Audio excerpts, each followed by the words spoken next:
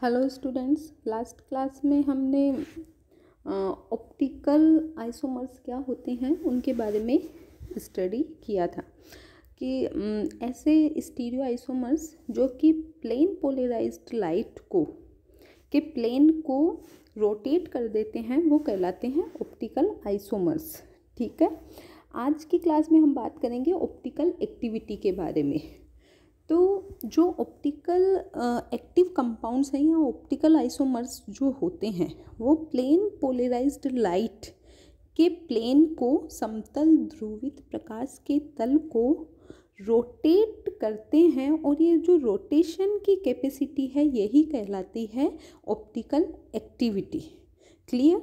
Means किसी भी optical active compound के द्वारा प्लेन पोलराइज्ड लाइट के प्लेन को रोटेट करने की जो एबिलिटी है वो ही कहलाती है optical activity. Clear? Optical activity आपको समझ में आ चुकी होगी।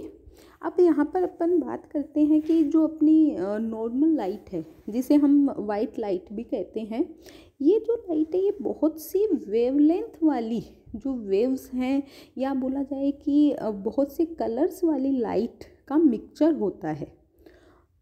जो नॉर्मल लाइट है हमें हमेशा जो दिखाई देती है वो वाइट लाइट जो है वो एक्चुअल में बहुत सी वेवलेंथ वाली वेव्स का मिक्सचर होता है और एक वेवलेंथ एक पर्टिकुलर फ्रीक्वेंसी को डिनोट करती है और एक पर्टिकुलर कलर को डिनोट करती है।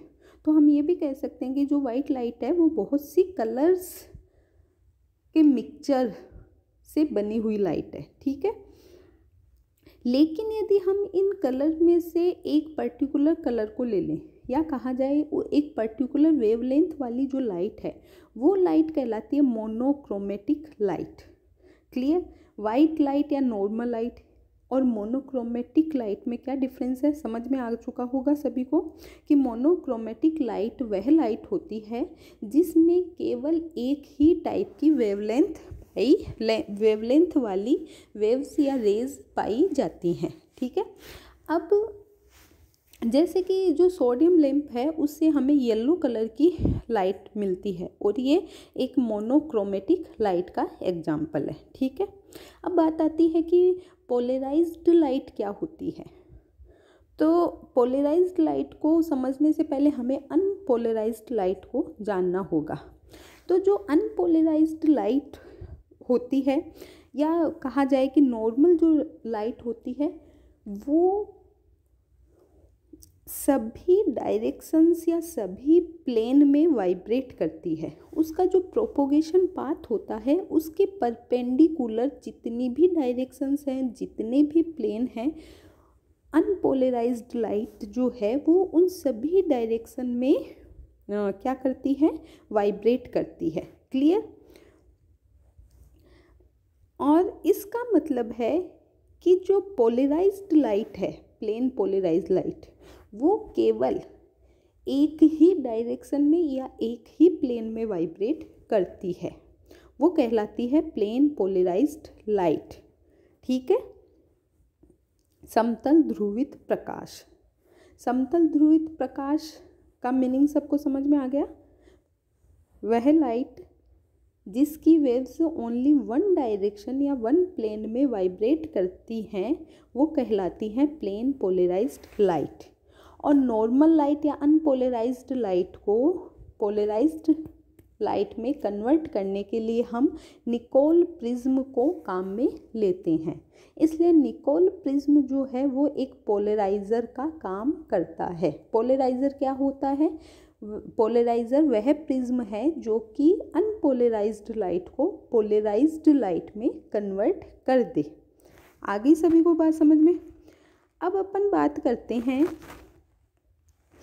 कि जो ऑप्टिकली एक्टिव कंपाउंड्स होते हैं ये कंपाउंड्स क्या करते हैं, ये प्लेन पोलराइज्ड लाइट के प्लेन को या तो क्लॉकवाइज डायरेक्शन में या एंटी क्लॉकवाइज डायरेक्शन में रोटेट कर देते हैं।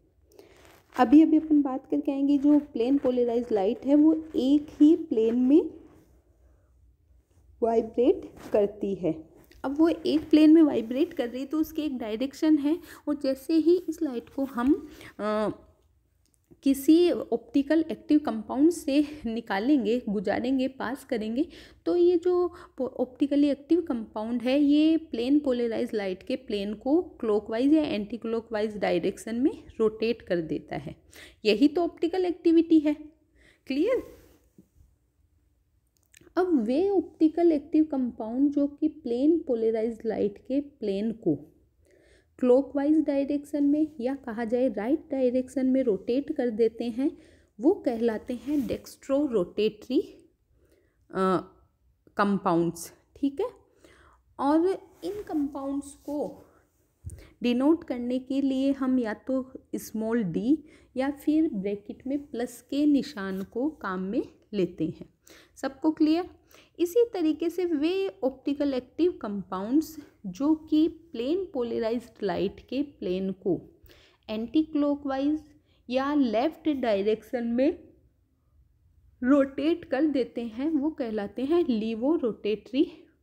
और इन कंपाउंड्स को डिनोट करने के लिए हम स्मॉल एल या फिर ब्रैकेट में माइनस के निशान का यूज़ करते हैं। ये बात हम पीछे भी पढ़कर आ चुके हैं। सबको क्लियर कि डेक्स्ट्रो रोटेटरी और लीवो रोटेटरी कंपाउंड्स में क्या डिफरेंस होता है। ठीक है, अब इस चीज़ को हम इस ऑप्टिकल एक्टिविटी को हम इस फिगर से समझने की कोशिश करते हैं। यहाँ पर हमने देखा है कि सबसे पहले एक मोनोक्रोमेटिक लाइट का सोर्स है। मोनोक्रोमेटिक लाइट क्या है, अपन पीछे पढ़ के आ चुके हैं। वह लाइट जो कि केवल एक ही वेवलेंथ वाली रेज से मिलकर बनी होती है या एक ही कलर की जिसमें रेज पाई जाती हैं, वो कहलाती है मोनोक्रोमेटिक लाइट। यहाँ पर हमें दिख रहा है ये जो मोनोक्रोमेटिक लाइट का सोर्स है, इससे आने वाली जो लाइट है वो अनपोलराइज्ड लाइट है, क्योंकि इस लाइट का वाइब्रेशन सभी दिशाओं में है।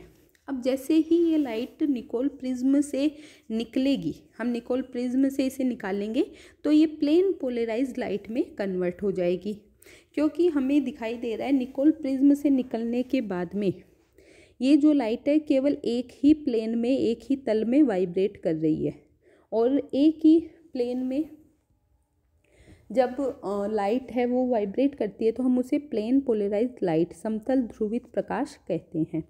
अब इस प्लेन पोलराइज्ड लाइट को हम ऑप्टिकल एक्टिव कंपाउंड के सॉल्यूशन, यदि वो ठोस है, सॉलिड है तो हम उसका एक्वस सॉल्यूशन बना लेंगे, और लिक्विड है तो उस कंपाउंड को उसी फॉर्म में ले लेंगे। जब हम ऑप्टिकल एक्टिव कंपाउंड के सॉल्यूशन या उसकी लिक्विड फॉर्म में से प्लेन पोलराइज्ड लाइट को निकालेंगे तो क्या होगा, या तो इस प्लेन पोलराइज्ड लाइट का प्लेन है वो क्लॉकवाइज डायरेक्शन में रोटेट हो जाएगा या फिर एंटी क्लॉकवाइज डायरेक्शन में रोटेट हो जाएगा, जो कि आपको फिगर में दिख रहा है। यदि ये क्लॉकवाइज डायरेक्शन में रोटेट होगा तो ये जो ऑप्टिकल एक्टिव कंपाउंड है ये कैसा होगा, डेक्स्ट्रो रोटेटरी। और यदि ये एंटी क्लॉकवाइज डायरेक्शन में रोटेट होगा तो जो ऑप्टिकल एक्टिव कंपाउंड है ये क्या होगा, ये होगा लीवो रोटेटरी। सबको क्लियर? ऑप्टिकल एक्टिविटी सभी को समझ में आ गई। और प्लेन पोलराइज लाइट के प्लेन को क्लॉकवाइज या एंटी क्लॉकवाइज डायरेक्शन में रोटेट करने की ये जो एबिलिटी है, ये जो प्रोसेस है, यही कहलाती है ऑप्टिकल एक्टिविटी। सबको समझ में आ गया? अब अपन बात करते हैं कि यहाँ पर हमने देखा कि जो प्लेन पोलराइज लाइट का प्लेन है ये क्लॉकवाइज या एंटी क्लॉकवाइज डायरेक्शन में रोटेट हो जाता है, और ये प्लेन जितने डिग्री एंगल से रोटेट होता है वो कहलाता है angle of rotation, means alpha. ठीक है, उसे हम एल्फा कहते हैं। सभी को क्लियर कि एल्फा का मतलब क्या है, एंगल ऑफ रोटेशन। घूर्णन कोण क्या कहलाता है, घूर्णन कोण। एंगल ऑफ रोटेशन वह कोण है, वह एंगल है जिससे प्लेन पोलराइज्ड लाइट का प्लेन है वो क्लॉकवाइज या एंटी क्लॉकवाइज डायरेक्शन में रोटेट हो जाता है, वह एंगल कहलाता है एंगल ऑफ रोटेशन। और इसे हम किससे प्रदर्शित करते हैं, डिनोट करते हैं अल्फा से, ठीक है। और एंगल ऑफ रोटेशन घूर्णन कोण को मेज़र करने के लिए, मापने के लिए हम पोलरीमीटर ध्रुवण मापी का यूज़ करते हैं या ध्रुवण मापी को काम में लेते हैं, ठीक है। पोलरीमीटर का यूज़ कब किया जाता है, जब हमें एंगल ऑफ रोटेशन अल्फा को मेज़र करना हो, अल्फा को ज्ञात करना हो। अब बात करते हैं कि जो ध्रुवण मापी है, पोलरीमीटर है, वो किन किन चीज़ों से मिलकर बना हुआ होता है। इसे समझने के लिए हम इस फिगर को देखते हैं। ये पोलरीमीटर का डायग्राम है। यहाँ पर हम देखते हैं कि इसमें एक लाइट सोर्स है पोलरीमीटर में, जिससे हमें लाइट प्राप्त होती है, मतलब लाइट निकलती है। क्लियर, मोनोक्रोमेटिक लाइट का सोर्स होता है। उसके बाद में एक निकोल प्रिज्म है जो कि पोलराइज़र का काम करता है। मीन्स जो मोनोक्रोमेटिक लाइट आ रही है उसको प्लेन पोलराइज लाइट में कन्वर्ट कर देता है, और इसे हम पोलराइज़र, इस निकोल प्रिज्म को हम पोलराइज़र कहते हैं, और इसे P से डिनोट किया गया है। उसके बाद में प्लेन पोलराइज लाइट है, ये एक ट्यूब में से निकलती है, पास होती है। इस ट्यूब के अंदर ऑप्टिकल एक्टिव कंपाउंड का सॉल्यूशन या फिर ऑप्टिकल एक्टिव कंपाउंड है उसको भरा जाता है। ये जो ट्यूब है इसकी लंबाई को हमेशा डेसीमीटर में प्रदर्शित किया जाता है या डेसीमीटर में मेज़र किया जाता है, नापा जाता है, ठीक है। किस में मापन करेंगे इसका, डेसीमीटर में। ये बात हमेशा आपको ध्यान में रखनी है, ठीक है। अब इस सॉल्यूशन से बाहर निकलने के बाद में वापस से निकोल प्रिज्म है जो कि एनालाइज़र का काम करता है। एनालाइज़र का मतलब ये बताता है कि जो प्लेन पोलराइज लाइट का प्लेन है वो क्लॉकवाइज या एंटी क्लॉकवाइज किस डायरेक्शन में कितने एंगल से रोटेट हुआ है, मतलब उसको एनालाइज करता है, इसलिए हम इसे एनालाइज़र कहते हैं और ऐसे इसे डिनोट किया है। सबसे लास्ट में एक लेंस है ई, जिससे हम एंगल ऑफ रोटेशन अल्फा को ऑब्जर्व करते हैं, देखते हैं, ठीक है। ये जो पूरा डायग्राम है ये है पोलरीमीटर का डायग्राम या ध्रुवण मापी का डायग्राम। मीन्स ध्रुवण मापी, पोलरीमीटर, इन सब से मिलकर बना हुआ होता है या कंसिस्ट होता है, ठीक है। अब बात करते हैं कि जो एंगल ऑफ रोटेशन है, जो घूर्णन कोण है, वो किन किन कारकों पर, किन किन फैक्टर्स पर निर्भर करता है, उसकी हम बात करते हैं। तो सबसे पहले तो ये जो एंगल है ये length of the polarimeter tube, जो पोलरीमीटर ट्यूब ध्रुवण मापी की जो नली है उसकी लंबाई पर निर्भर करता है, और उसकी लंबाई को हम हमेशा डेसीमीटर में मेज़र करते हैं। ये बात हमें हमेशा याद रखनी है, ध्यान में रखनी है।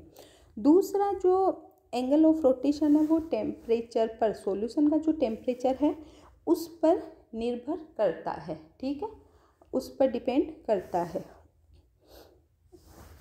उसके बाद में ये डिपेंड करता है concentration of the solution, solution विलयन की जो सांद्रता है उस पर डिपेंड करता है, उस कंसंट्रेशन पर निर्भर करता है। फिर नेचर ऑफ द सब्सटेंस, पदार्थ का जो नेचर होता है, जो स्वभाव होता है, उस पर डिपेंड करता है एंगल ऑफ रोटेशन। और इसी के साथ में जो लाइट की वेवलेंथ है उस पर भी एंगल ऑफ रोटेशन डिपेंड करता है, इन 5 चीज़ों पर, ठीक है। अब किसी भी सब्सटेंस की जो रोटेशन पावर है उसको रिप्रेजेंट करने के लिए हम स्पेसिफिक रोटेशन को काम में लेते हैं, स्पेसिफिक रोटेशन को काम में लिया जाता है। और ये जो स्पेसिफिक रोटेशन है इसे हम अल्फा, जो कि स्क्वायर ब्रैकेट में लिखकर डिनोट करते हैं, प्रदर्शित करते हैं। मीन्स स्पेसिफिक रोटेशन का सिंबल क्या है, स्पेसिफिक रोटेशन का सिंबल है स्क्वायर ब्रैकेट के अंदर अल्फा को डिनोट करना, ठीक है।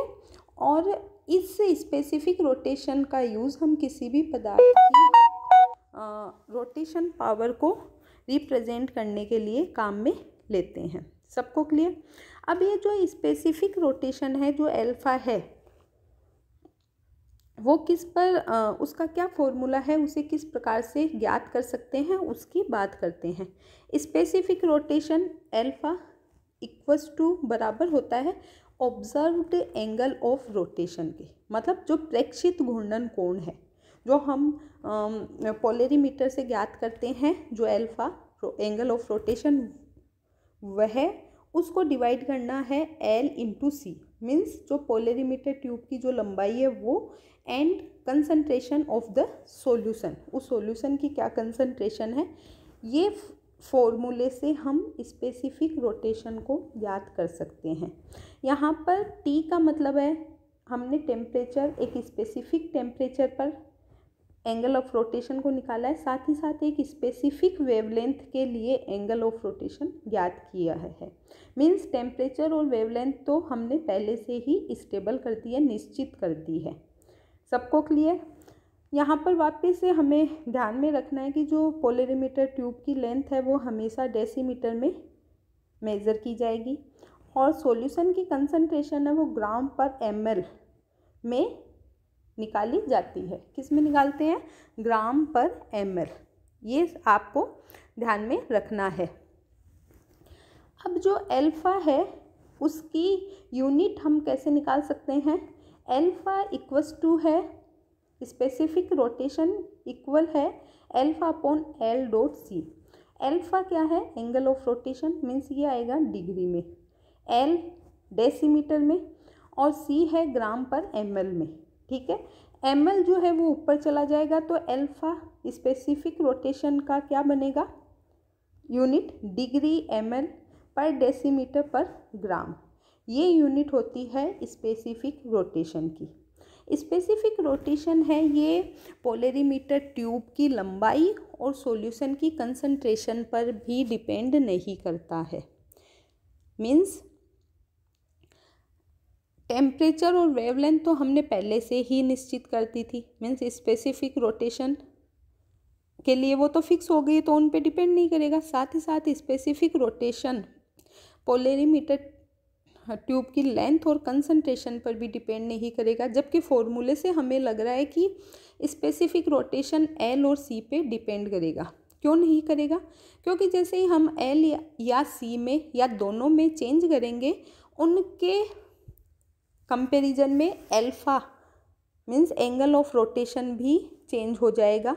इसके कारण ओवरऑल जो चेंजेस है वो 0 हो जाएगा, ठीक है, कैंसिल आउट हो जाएगा। इसलिए स्पेसिफिक रोटेशन केवल और केवल सब्सटेंस के नेचर पर डिपेंड करता है, ठीक है। जबकि एंगल ऑफ रोटेशन 5 चीज़ों पे डिपेंड कर रहा था: wavelength, temperature, length of polarimeter tube, concentration of the solution and nature of the substance. जबकि स्पेसिफिक रोटेशन केवल और केवल सब्सटेंस के नेचर पर डिपेंड करता है। सबको क्लियर? आज की क्लास में इतना ही पढ़ेंगे, आगे का हम नेक्स्ट क्लास में पढ़ेंगे। धन्यवाद।